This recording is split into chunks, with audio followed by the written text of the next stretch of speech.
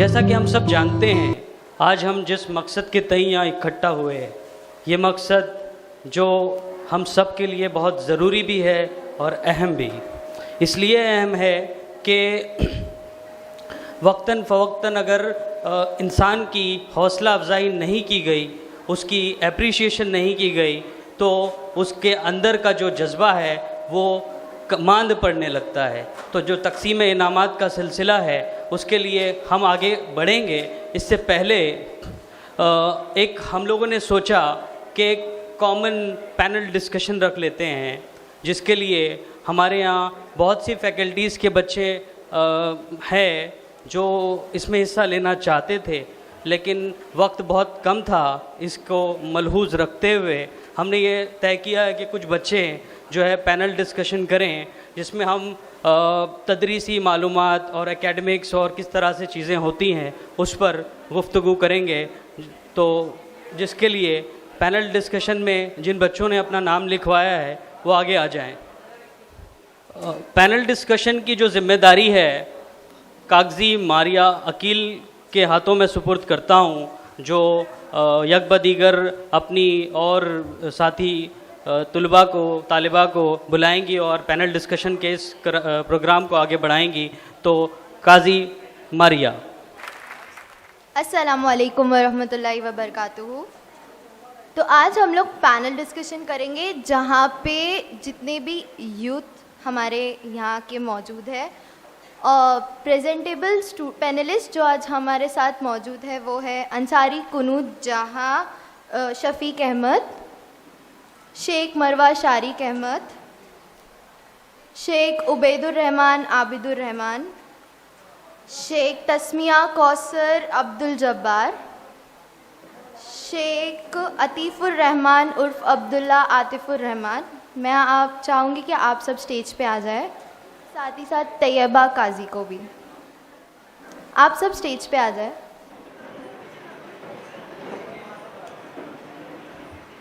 तो शुरू करते हैं।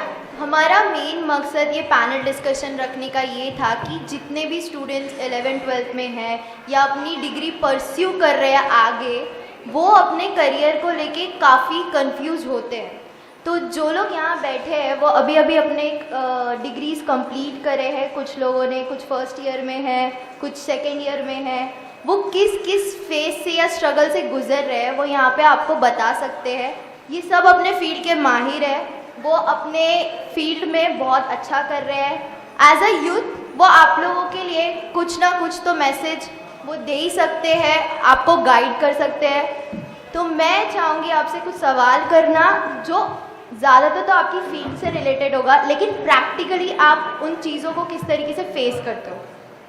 तो हमारे साथ यहाँ पे 3 मौजूदा MBBS स्टूडेंट्स हैं, एक जिन्होंने अपनी डिग्री कंप्लीट कर ली है और वो है तस्मिया दीदी, और मेरी एक दोस्त है मरवा शारिक जो अभी सेकेंड ईयर में है, और हमारे साथ है आतिफ जो हम जानते हैं जिन्होंने हमें इतना प्राउड किया है, वो भी अपने करियर के फर्स्ट ईयर में है। तो आपसे बहुत सारे लोग ये सवाल करते होंगे कि आपने कितने घंटे पढ़ाई की, कितने घंटे से आप स्ट्रगल करते हो, ये सब आपके पूरे दिन का रूटीन पूछा जाता है। लेकिन मैं चाहती हूँ कि आप लोगों को ये बताएं कि आफ्टर नीट आप क्या करते हो, कैसे करते हो, एडमिशन होने के बाद आप किस तरीके से स्ट्रगल आपने किया, क्या फेस किया, वो आप हमारे जितने भी स्टूडेंट्स हैं उन्हें बताएं। तस्मिया दीदी। अस्सलाम वालेकुम रहमतुल्लाहि व बरकातुहू।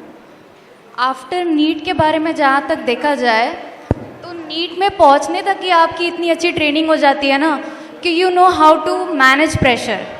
नीट में जैसे ही आपने क्लियर कर लिया, आपने ज्वाइन कर लिया एक अच्छा MBBS course, you wanted to ask me about like college selection और व्हाट। इसके लिए तो बहुत ज़्यादा नॉलेज चाहिए, मतलब थोड़ा रिसर्च करना पड़ता है कि आपको क्या चाहिए। अगर आपको ऑप्शंस खुले हैं कि आपको MBBS भी चलेगा, BDS भी चलेगा, BMS, BHMS, तो फिर कोई बात ही नहीं है शिकायत की। आप जितने भी कॉलेजेस हैं आप स्टार्ट करिए अपने नियर बाय एरिया से, फिर उसके बाद हायर प्रेफरेंस से लोअर प्रेफरेंस की तरफ जाइए। अब उस पर आपकी किस्मत है कि आपको कौन सा कॉलेज मिलता है अकॉर्डिंग टू योर स्कोर्स। लेकिन अगर आपको चाहिए कि आपको बस MBBS चाहिए, उसमें आपका रैंक भी बॉर्डर पर है, तो देयर इज़ अ चांस कि आपको मिलेगा और नहीं भी मिल सकता है। लेकिन आपको अगर बस MBBS करना है तभी, तो फिर आप उस हिसाब से सिलेक्ट करिए कि अगर आपको वो चॉइस पे दूर भी कॉलेज जाना पड़ा तो MBBS मिल सकता है, तो आप दूर का कॉलेज भी डाल सकते हैं। लेकिन अगर आपको चॉइस है कि आपको नज़दीक में ही करना है, अपने इलाके के आसपास ही लेना है, मुंबई में ही लेना है, तो आई वुड से कि आप ज़्यादा मेहनत करिए उस हिसाब से कि आपका रैंक अच्छा आए और आपको अच्छे कॉलेज में एडमिशन मिले। ओके मरवा। Is it about colleges or post-need struggles? What exactly is it? थोड़ा जोर से बोल। About colleges selection or about post-need struggle, like struggle in MBBS or something? तेरे डिग्री में जब तूने स्टार्ट किया उसके बाद तेरे साथ कितनी चीज़ें तुझे फेस करनी पड़ी उसके बारे में।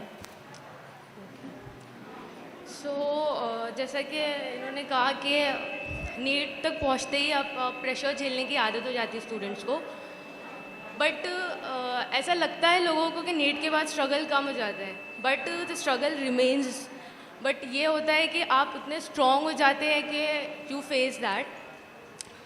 ऑब्वियसली बहुत ऑब्वियसली स्टूडेंट इतना प्रिपेयर हो जाते हैं। सो आई जस्ट वांट टू से कि नीट के बाद लाइफ काफ़ी चेंज हो तो जाती है, but struggle remains the same. But उससे कोई परेशान होने या उसको ज़्यादा नेगेटिवली लेने की ज़रूरत नहीं है, it can be managed. Atif.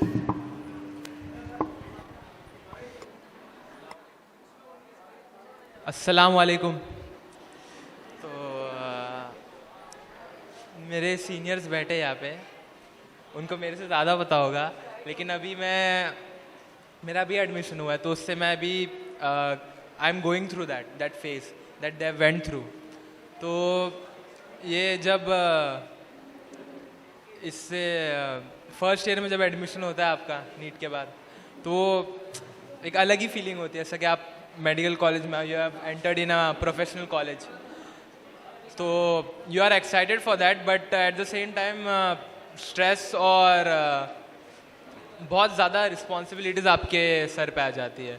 You have to manage your professors, teacher से आपका बिहेवियर कैसा है और कैसा आप लेक्चर्स अटेंड कर रहे हो। You have to manage your senior से आपका रिलेशनशिप कैसा है, और साथ ही साथ आपके प्रैक्टिकल्स डायसेक्शन अलग हो रहे हैं, उसमें आपको ध्यान देना है।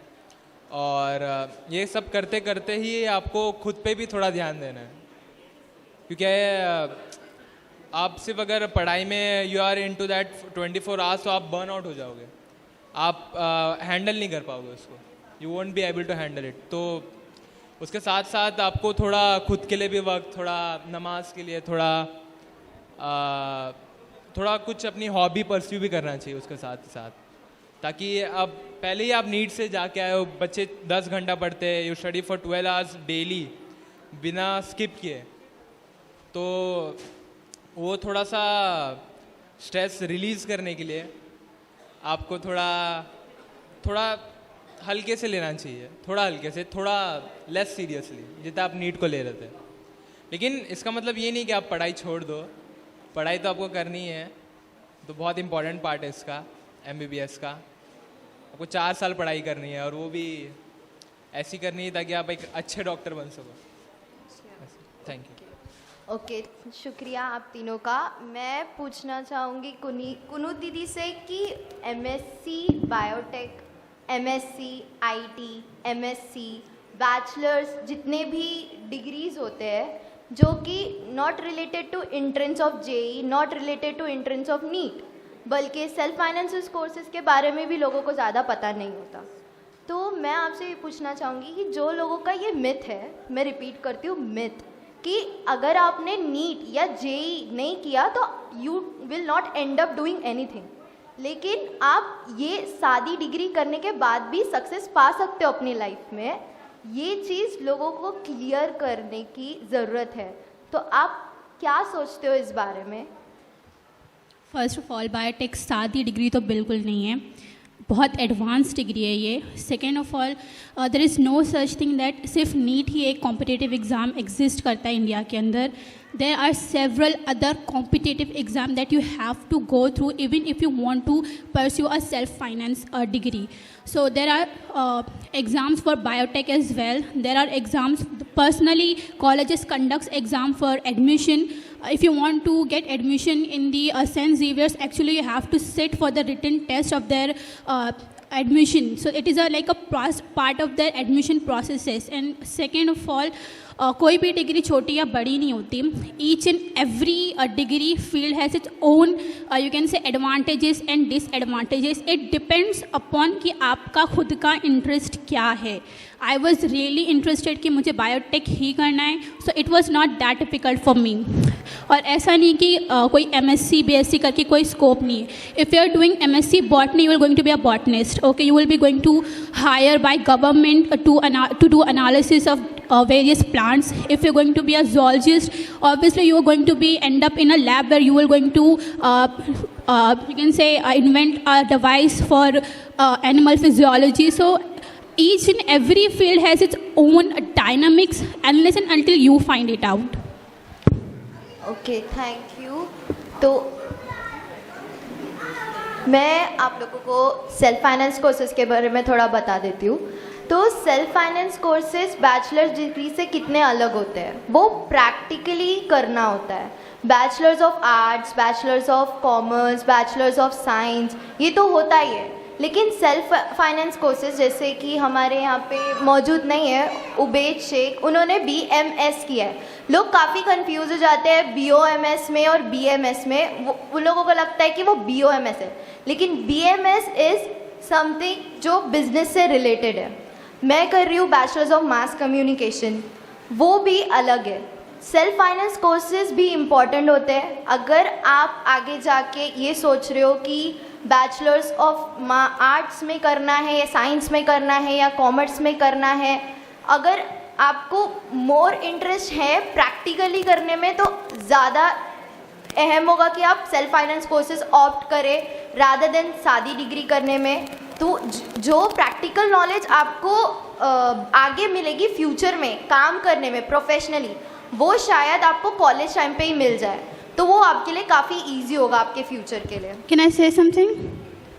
Okay, so talking about self-finance course. Okay, if there is a person who is really afraid of needles and knives but still want to be in a medical environment, I would suggest biomedical engineering, biotechnology, food biotechnology, agri biotechnology, marine biotechnology, geneticists, epidemiologists, biostatisticians. These are kind of fields which will never face inflation. So if you are pursuing your 11, 12, you can focus and you can do research on these fields as well rather than just doing BSc or simple BSc, because I think nowadays BSc सिर्फ वही करते हैं जिसको eventually UPSC करना होता है. So that's what I think. Thank you. तो मेरा सवाल है आतिया दीदी से कि आपने LLB किया है, आप we are very proud of you as आप अभी कर रहे हो एक ऐसा जो कि यहाँ पे मोस्टली लॉयर्स को थोड़ा इस वे में माना जाता है. तो आप थोड़ा अपने बारे में और आप एज अ करियर क्या आगे कर रहे हो वो आप हमारे ऑडियंस को बता सकते हैं. अस्सलाम वालेकुम रहमतुल्लाहि. पहली बात तो for an advocacy you need to have a concentration. जैसे सेल्फ फाइनेंस बोला गया, एडवोकेसी भी सेल्फ फाइनेंस ही है. यहाँ पे you will not have anybody to spoon feed you basically. और जो हम वकालत करते हैं, the law studies we do while in college is totally different what we face in the court. जब तक आप कोर्ट में पैर नहीं रखोगे you won't understand what is law degree, what is law, what are sections, वकालत असली में होती क्या है. You will face every type of person there as your client, as an advocate, as an judge. जज में भी आप देखोगे some judge are really understanding judge, जैसे CJI chief justice of India, you will understand. उसके बजाय local justice जितने भी होते हैं, some are judgmental, some are understanding. Same goes for advocates. Advocates have many competitions. अगर मैं क्रिमिनल एडवोकेट हूँ, कोई कॉर्पोरेट एडवोकेट है, तो दे विल फेस कॉम्पिटिशन. और जहाँ पे वकालत की बात है, there are 3 different types: criminal, civil and corporate. Being a girl for being a criminal advocate, it's like risk, बहुत बड़ा रिस्क है. कौन सा क्लाइंट कैसा हो, कौन सा अंडरस्टैंडिंग में हो, दैट इज़ डिफरेंट. और रही बात वकालत चूज़ करने की, for me it was like Mrs तो सब बन जाते हैं. To have a respect, to have a title in front of your name is very important. So जब I got my licence and it was like advocate Tayyaba Kazi, it was different. वो respect is different when you go outside and when you talk to someone. तो जब कोई बोलता है ना कि what you have done, तो आई से प्राउडली कि I have done my law degree, I am an advocate Tayyaba Qazi, not just Tayyaba Qazi. That is different. The passion you get, the feeling you get to have a respect on your own self is different. तो और दूसरी बात, वकालत में you will see less Muslims in this field. Going on, बता ना, जो आज के तारीख में मुसलमानों को जैसे ट्रीट किया जा रहा है, I'll just say one thing, if you can go in this field, try to get in. क्योंकि बहुत कम जाने जिनको शरीयत लॉ पता है, जिनको मुस्लिम फैमिली लॉ पता है, जिनको आज की डेमोक्रेसी में ये पता है कि हमारा मुसलमान कौम एक अपनी लॉ लेके चल रहा है. वरना दे ट्राई टू कि बाबा तुम डेमोक्रेसी इंडिया में रह रहे हो, हमारे हिसाब से चलो. You can see that the crime we are facing, the disrespect we are facing is different from other communities. तो अगर वकालत करना है तो I say fight for your own community just like others are doing for their own community. बस. Thank you so much. अभी थोड़ा let's talk थोड़ा सा सेंसिटिव टॉपिक पे. More importantly when it comes to physical health, तो हमें हमारे parents physically तो जानते हैं कि हम कैसे हैं. दे नो, हम सामने उनके रिप्रेजेंट हो रहे हैं, उनको पता है कि हम कैसे दिख रहे हैं, तो वो हमें बोलते रहते हैं खाया पिया करो, हालत थोड़ी ठीक करो. लेकिन कभी कभी ऐसा होता है कि हमारे पेरेंट्स को हमारे मेंटल हेल्थ के बारे में नहीं पता होता.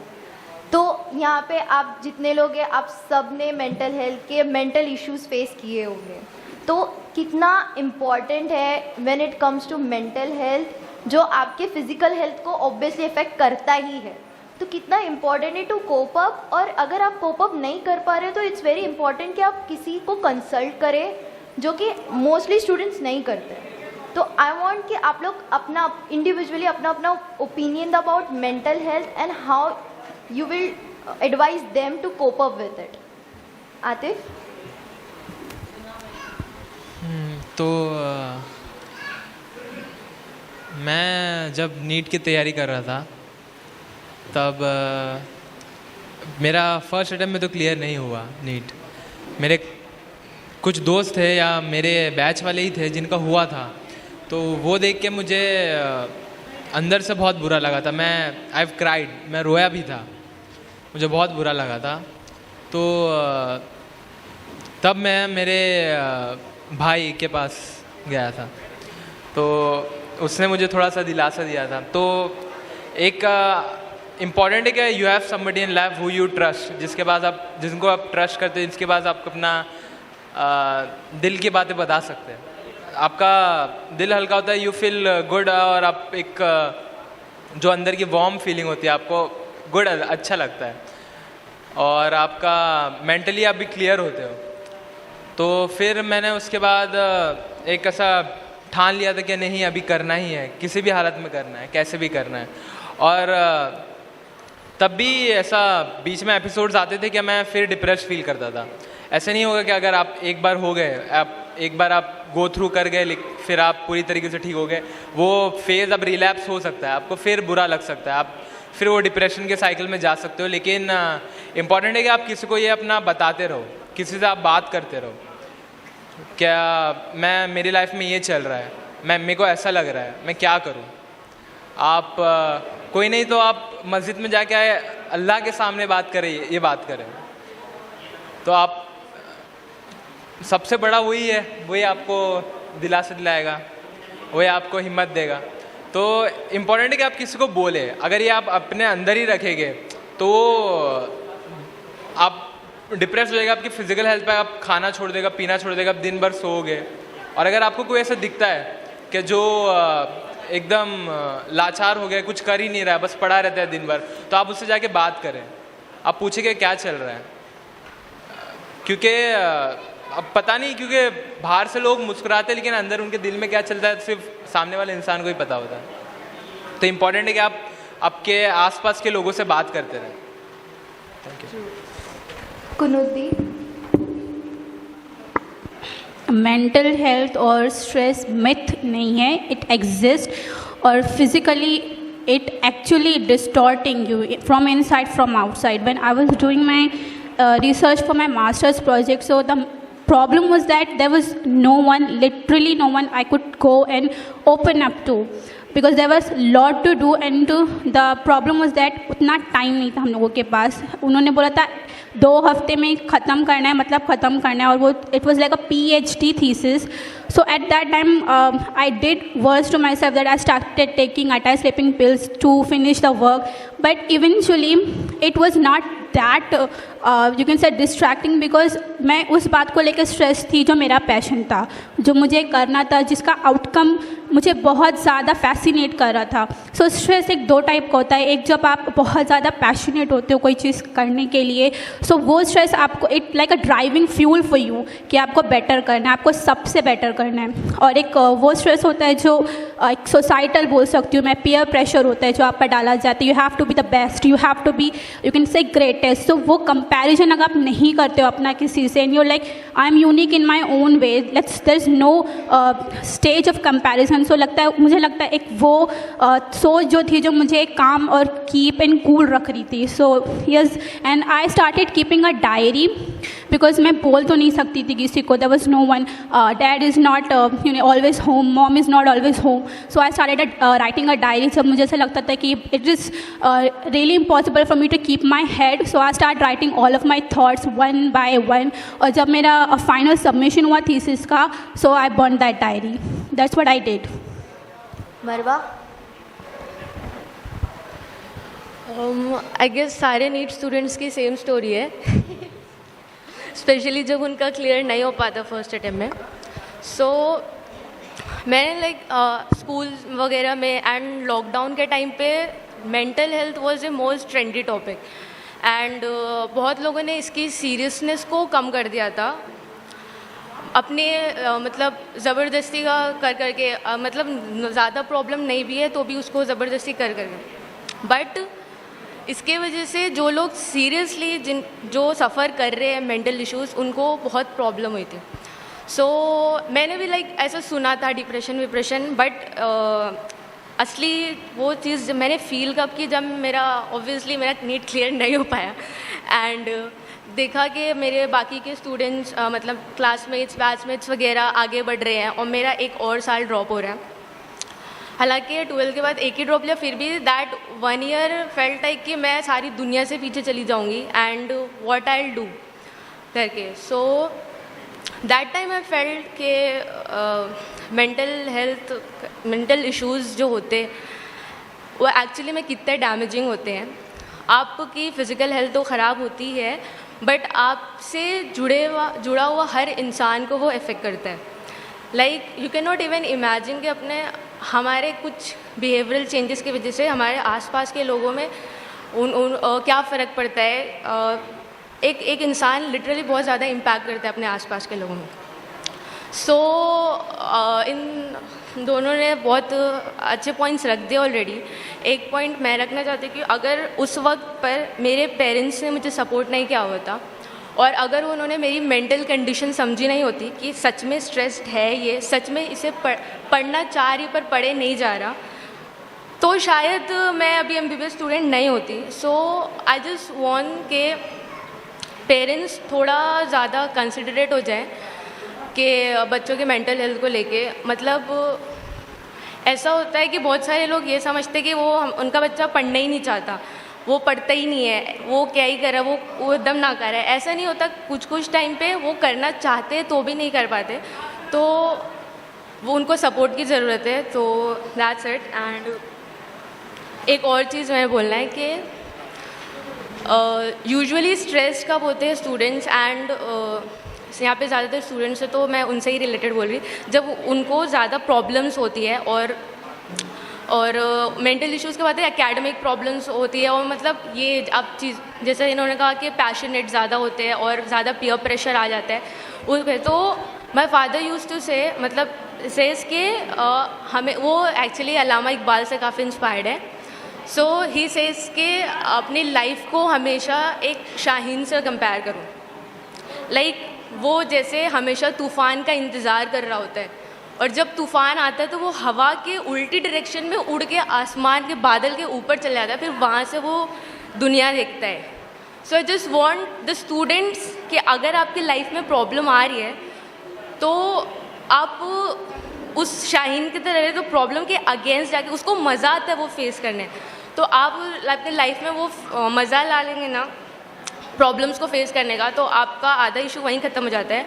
और दूसरा सबसे बड़ा है वो है कि आप रिलीजियसली कनेक्टेड रहेंगे तो आपके मसले वहीं ख़त्म हो जाते हैं आधे। तो एंड या कि आपके क्लोज वन से आप वो करें, बात करें अगर आपको कुछ ऐसा वो है। Thank you. तस्मिया दीदी। एज अ स्टूडेंट अगर देखा जाए ना, तो पहले अगर आपको स्ट्रेस आ रहा है मेंटली, कोई भी रीज़न हो, स्टडीज़ रहो या फिर आप यूजी में एडमिशन करके पहली मर्तबा किसी कॉलेज में एंटर कर रहे हो, और आप हो जो सबसे अलग हो, डिफरेंट कम्युनिटी से बिलोंग कर रहे हो, और आपके बाकी दोस्त जो है वो सब अलग है, और जिस वजह से भी टेंशन आ रहा है आपको, जिस वजह से भी स्ट्रेस आ रहा है कि क्या पता मैं कोप अप कर पाऊँगी कि नहीं, उनका पेस पकड़ पाऊँगी कि नहीं, तो इन सब का ना एक ही कारण है कि आप ये सब क्यों सोच रहे हो कि कोप अप करना है। आपने क्यों लिया है उस कॉलेज में एडमिशन? क्योंकि आपको इंटरेस्ट था वहाँ पे, है ना? तो आप ये सारी चीज़ें छोड़कर रेसिंग में क्यों लग गए? आपको सोचना चाहिए कि अगर आपको इतना अच्छा मौका मिला है उस कॉलेज में जाने का, उस फील्ड में स्कोर करने का, तो first try to establish interest with the subjects. अगर वो नहीं कर पा रहे हो उसको एनालाइज करो, अगर वो नहीं कर पा रहे हो तो शायद किसी की हेल्प लो, है ना? अगर ये सब कारण भी नहीं है तो आप एनालाइज करो कि क्या आप सही फील्ड में हो जहाँ पर आपको इंटरेस्ट है। मेन इंटरेस्ट होता है। अगर आप इंटरेस्ट स्टैब्लिश कर पा रहे हो ना अपने सब्जेक्ट से, अपने फील्ड से, तो आपको स्ट्रेस की कोई टेंशन नहीं है। स्ट्रेस तब आता है या तो आप गलत जगह हो या तो फिर उस फील्ड से इंटरेस्ट नहीं है।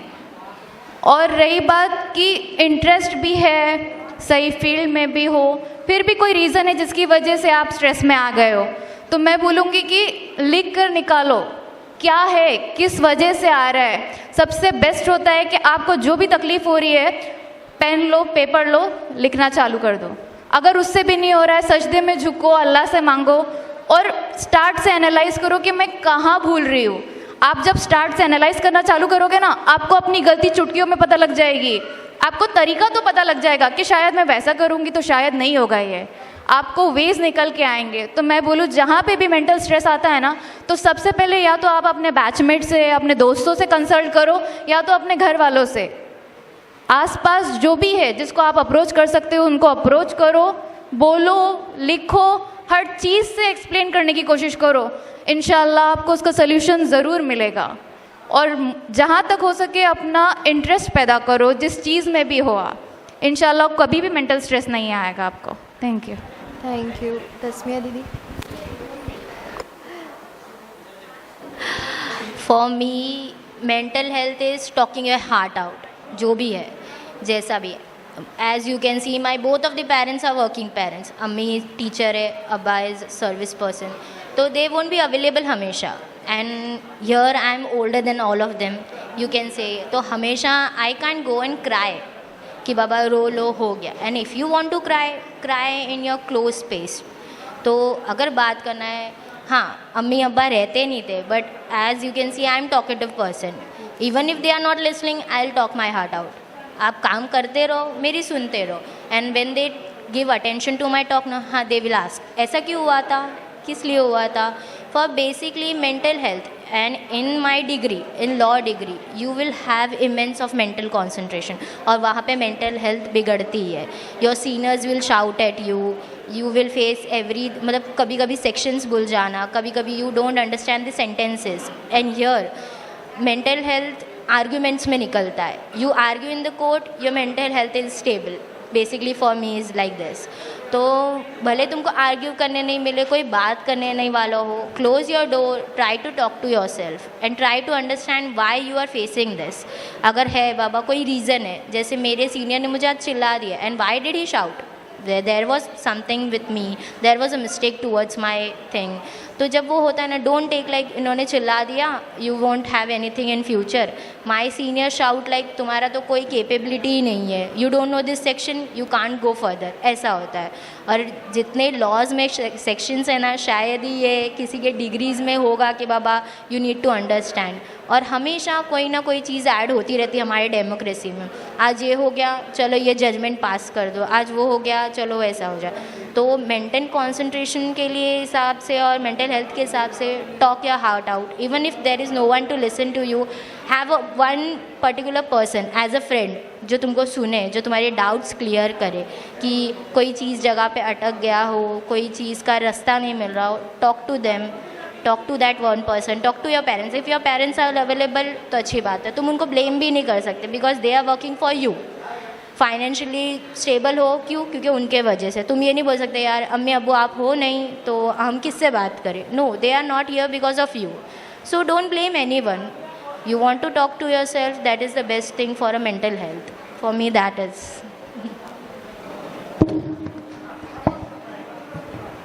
If there is no one to you to talk, sometimes we are not that comfortable talking to our parents, क्योंकि हमको पता है कि वो खुद मेंटली बहुत स्ट्रेस्ड आउट है. सो अपना स्ट्रेस लेके उनको और क्यों स्ट्रेस करना.